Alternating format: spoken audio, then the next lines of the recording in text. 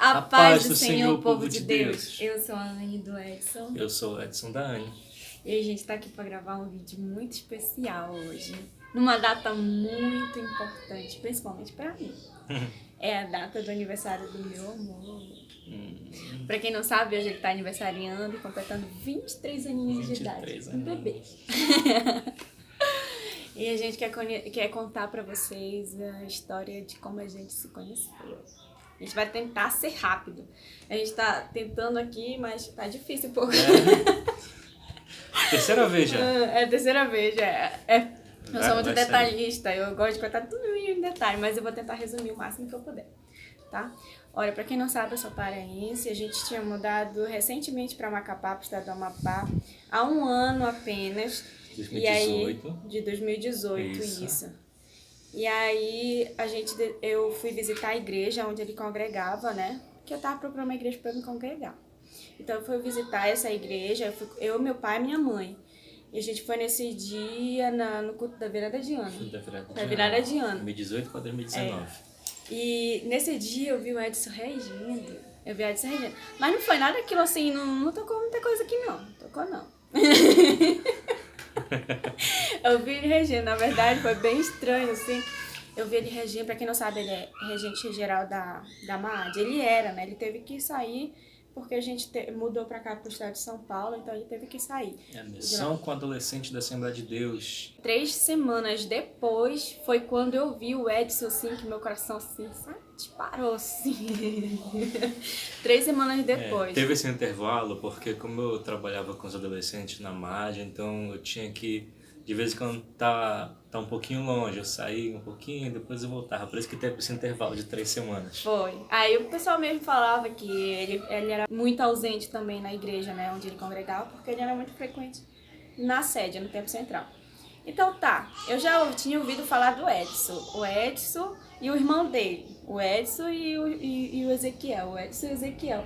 E que as meninas, assim, falavam muito deles, que eles cantavam bem, que eles pregavam, entendeu? Tocavam. Então, eu já tinha ouvido, né? Essa coisa assim, mas nada demais. Antes de tudo isso, eu tinha feito propósito com Deus. Um ano antes, logo que a gente se pisou em Macapá, eu fiz um propósito com o Senhor. Quando a gente começa a ficar mocinha, a gente começa a fazer aquela oração para que Deus cuide do nosso coração, dos nossos sentimentos, do nosso futuro e prepare um varão valoroso, valente, bonito. Que nem a minha amiga fala, robusto.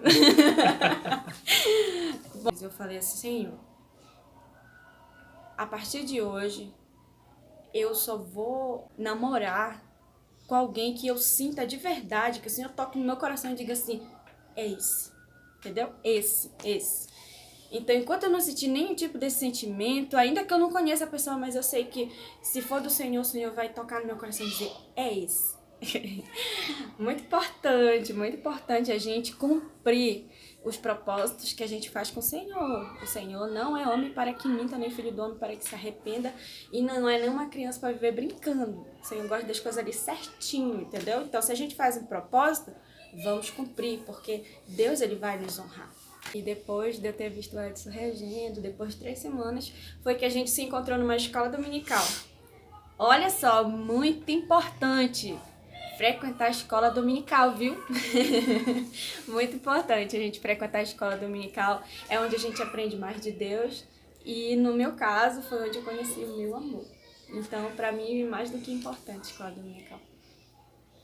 E quando a gente estava orando assim, sempre costumava fazer uma rodinha assim, os jovens, e aí quando a gente estava se levantando, com os joelhos dobrados, ele se levantou bem na minha frente assim. Sentou assim, eu olhei pra ele.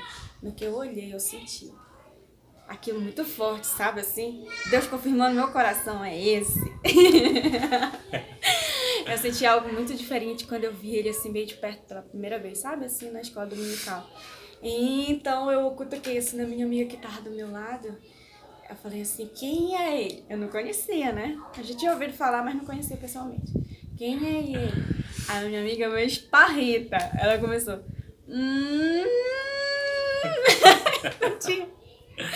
Não tinha quem não percebesse, né? Eu fiquei toda tranquila lá, quieta, fingindo que não tava acontecendo nada. E assim, eu olhava e ele tava o tempo todo assim, de cabeça baixa, de óculos, sério, muito sério, que é na dele lá. Ele sempre foi muito assim, quietinho, muito na dele ali, não gostava muito de estar no meio, assim, das coisas. E você olhou pra mim e me achou brava. Foi. Aí que entra a minha parte da história. Essa parte de eu ser quieta sempre foi muito verdade. Inclusive nessa escola dominical eu demorei pra olhar. Verdade. Eu olhei e logo em seguida passei da escola dominical e tudo mais. À noite ia ter o culto dos jovens. E aí chegou a noite, cheguei e passou um tempinho e a Anne chegou. Chegou e eu olhei. Foi quando ele me olhou pela primeira vez. Verdade. Foi no culto. À noite já. Pra você ver como eu que era quieto. Aí eu olhei assim. É muito brava essa mulher. Tem cara de braba. E eu olhei logo na cara, assim, é muito brava essa mulher, não vai dar certo. Mas é só a cara, viu? Eu acho. Verdade. Aí passou um tempinho, tudo acontecendo. Teve um momento que eu fui buscar água no fundo da igreja. Eu fui buscar água e foi quando deram oportunidade pra Anne.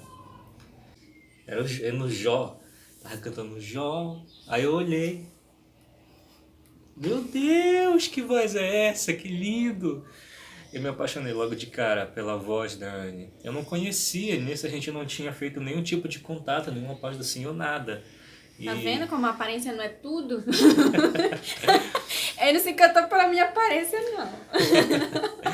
E logo no final do culto, logo lá na frentezinha, essa pessoinha com quem a Anne perguntou quem eu era, né, na escola dominical, uma amiga nossa, amigaça nossa, ela foi meio que uma intermediadora de apresentar a gente. A gente tinha terminado o culto, a gente estava conversando lá na frente da igreja, lá no meio dos jovens, e ela começou a apresentar todo mundo. Olha, essa aqui é a Anne, essa aqui é a Anne, essa aqui é a tio comigo, essa aqui é a Anne. É. E a Anne olhou pra mim assim, de baixo pra cima, Pai do Senhor. Aí eu dei a paz do Senhor, foi na hora. Eu ouvi a vozinha dela, ouvi o sorriso dela, me encantei de primeira. Agora você imagine a cena, já todo gamado pela voz, pelo jeitinho, conversando, e de repente, quando eu olho pro lado, ela tava olhando pra mim assim, balançando de um lado pro outro, assim. Ele fala que eu tenho esse costume de ficar só me balançando pro lado e pro outro, eu não percebo. Igual uma bonequinha. Ai. E foi daí já me encantou logo de cara, no primeiro contato direto. É, conversa. Mas assim, depois dessa nossa conversa, ainda custou pra gente falar de novo. De novo, A gente se demorou. falar de novo, demorou mais um pouco. Aí inclusive nesse tempo assim, eu tava querendo aprender a fazer tikmelismo. Cantar. É. Cantando, fazendo brincadeira na voz. É uma técnica vocal, eu tava querendo muito. E lá da igreja, quem normalmente cantava assim e fazia essas coisas era ele e o irmão dele, né? Aí então, mas assim, eu entrei em contato com o Ezequiel, que era o irmão dele, porque ele era o nosso líder de jovem nesse tempo, ele era o nosso líder de jovem, né? Um dos nossos líderes. Eu entrei em contato com ele, pedi o contato do Edson, com a conversa para ele me ensinar a fazer melismas, que era verdade, tá? Verdade esse bilhete. Era verdade, entendeu?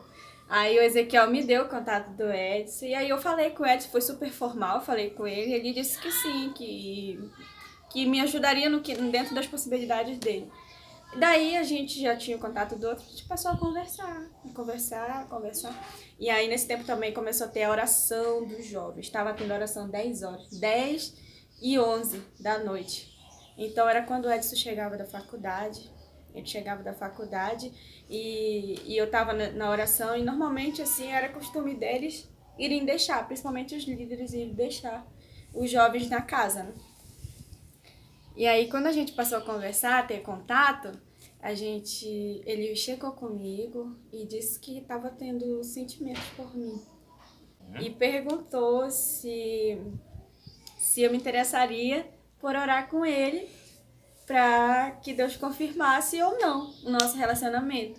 Porque ele também, detalhe, Eu também já tava com o mesmo propósito. ele tava com o mesmo propósito que eu fiz com Deus, ele também já tava com esse propósito. Deus, eu só quero namorar se for pra casar.